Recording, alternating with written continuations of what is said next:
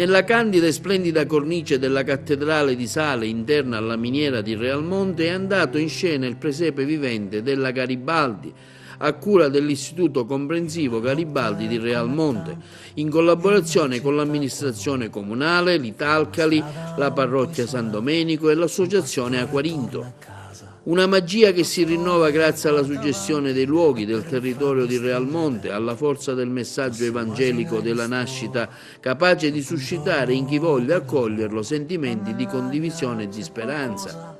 Dopo la Scala dei Turchi, la Villa Romana, la Spianata di Monte Rossello, la Cattedrale di Sale ha quest'anno arricchito di suggestione la rievocazione del presepe, che ha visto protagonisti come figuranti gli alunni della scuola secondaria di primo grado, insieme ad alcuni ospiti del centro per richiedenti asilo Aquarinto di Realmonte, un valore aggiunto alla rappresentazione, a testimonianza del forte messaggio di accoglienza e di inclusione che da un luogo tanto speciale la comunità realmontese vuole trasmettere.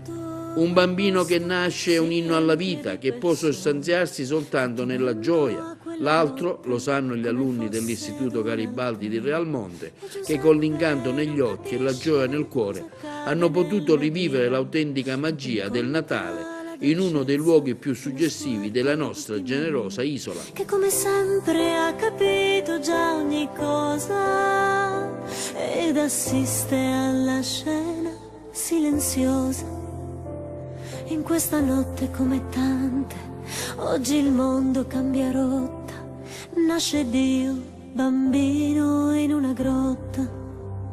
Come brezza leggera che accarezza l'anima.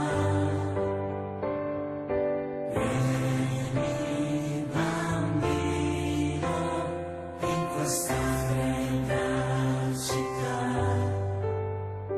tra la povera gente, e anche tu